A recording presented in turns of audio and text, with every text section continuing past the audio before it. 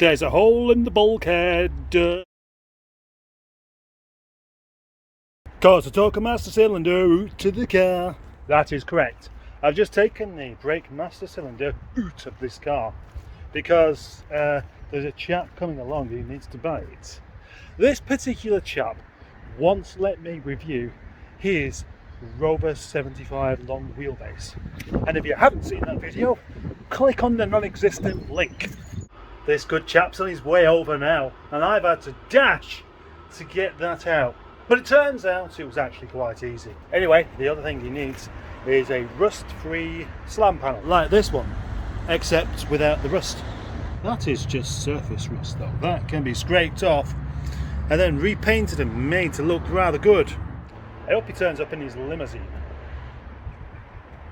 Anyway, back to the usual nonsense, and just in case this slam panel isn't good enough, I'm going to take another one off for when he gets here. The one I have on Jasper is actually very, very good because it's obviously been repainted. So I'm going to take this one off. He hasn't done, has he?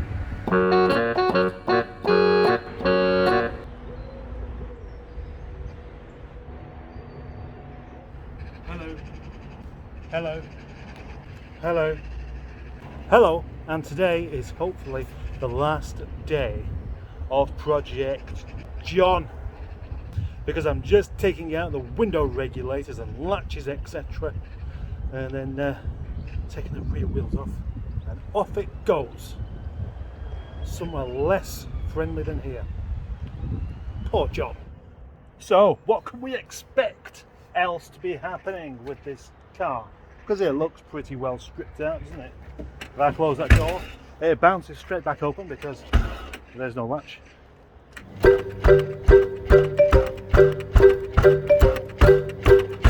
do that for ages, but I'm not going to.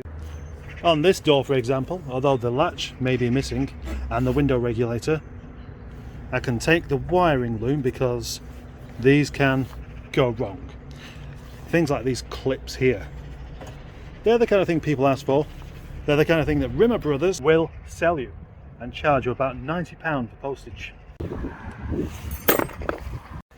The 75 and ZT has become quite an old car now, so those clips go rusty like that. We got this horrible corrosion everywhere, this crusty stuff that's kind of got the consistency of Weetabix, but not quite as durable, and so they're worthwhile hanging on to, I guess.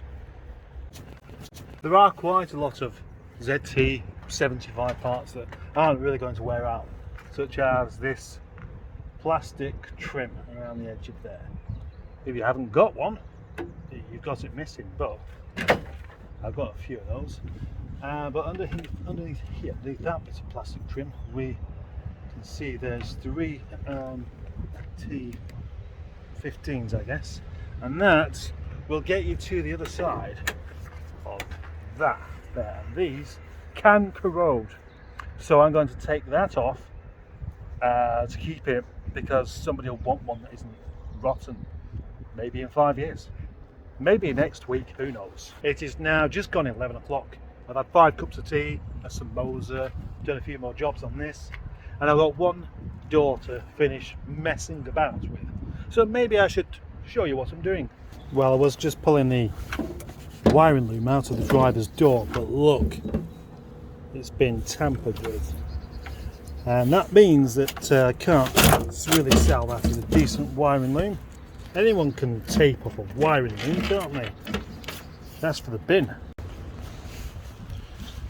Head torch. Head torch. This is what I need to complete one of the jobs on the door.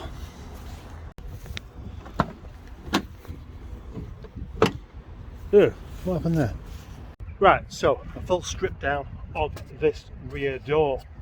The only thing is, I don't really like doing instructional videos, of course, but I do like not doing instructional videos. So what I might do is This cover is going to come off, that speaker is going to come off, the wiring loom is going to come out, the window regulator is going to come out, the latch is going to come out. The glass has to come out, and if that bit on the other side of there is any good, that will come out. These clips will be kept. That, oh, there's a bit of corrosion on that there, so I won't be using that, but I will take that one by the looks of it. And maybe this. Oh, and the handles. Removing the handles without any damage. I've actually done a video on how to do all of these things, so if you want to know how to do it, you could watch that, or you could just watch somebody else do it who may get straight to the point. I'm just going to fast forward this bit instead.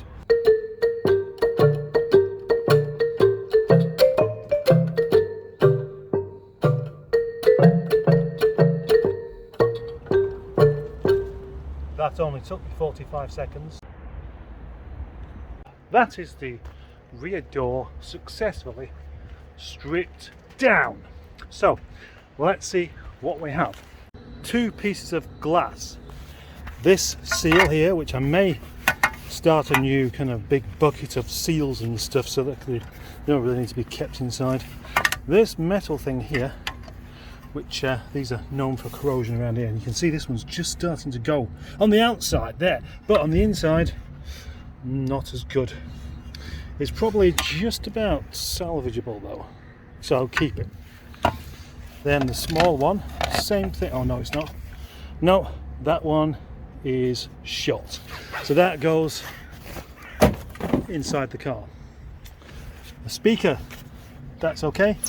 Then we have the weather shield, which is on the outside, that's okay. And the bit on the inside is completely ruined. It looks like I've been stirring porridge with it. Just a couple of clips. I can use lots of screws and things. And here is the handle, which it's got a slight amount of pitting on there, but not much. But more interestingly, or more usefully, this part has come out without breaking the pins. And that is because I know how to take them out without breaking the pins. And it's another video I did a while back if you're interested. If you're not, I don't really blame you. That door is now just a bare door. But I'm not keeping the door because it's got dents and scratches everywhere, so why bother? The latch and the window regulator and the wiring loom is already in the wheelie bin. Yes, the wheelie bin of ZT parts, currently full of ZT parts. This bin's been kicking about in the yard for ages, and I never even considered what a useful tool it could be for me, because it is, because I can fill that up with all sorts of stuff and it won't be too heavy to wheel around. That really appeals to me. So as the bin's going to be a regular feature of this channel, why don't we give the bin a name? Why don't you people come up with a name for the bin, and I'll mark it out of 10. If you want to. If you don't want to, fair enough. And now I hit upon a problem. You see, I can't find the key for this car, and that's a problem, because, well, how am I going to not drive it obviously, but get the steering lock off so I can take the steering wheel?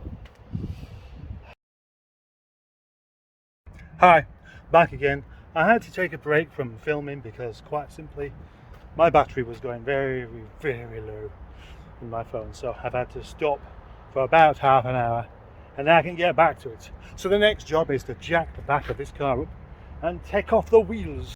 Just got one wheel off, and I was thinking, actually, this rear arm's not too bad, come to think of it. There's a bit of surface rust here and there. So when I come around this side and find that there's a nice big hole just there. Yep, that's useless. Well, I've had enough of that for one day. I think it's about ready to be disposed of. So that is the end of this video. I've just had enough. I've had enough of this as well. This car, Alfie. Not the actual car, but the fact that I've taxed it, it's still not showing up. Friday I did it and it's still not showing up. It's rather disappointing. The time has come to say bye-bye, John. Bye-bye, John. This episode is officially finished.